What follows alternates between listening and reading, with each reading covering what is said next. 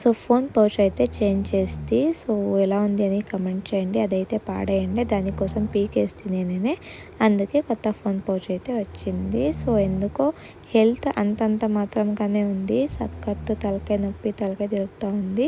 దానికోసం మా హస్బెండ్ ఎళనీరు అయితే తెచ్చిచ్చే తాగు అనేసి, సో ఇంకా తాగేసేసి పనుకుందాము అనుకుంటే మా మమ్మీ అయితే కొంచెం మజ్జిగ తాగు చేసిస్తాను అని చెప్పి, అమ్మ ప్రేమ ఎలాంటిది అనేది ఇప్పుడైతే తెలుస్తుంది. నాకు పెళ్ళై పిల్లలు ఉన్నా కానీ మా మమ్మీ అయితే చాలా బాగా చూసుకుంటారు, ఏమి తక్కువ అయితే కానివ్వరు.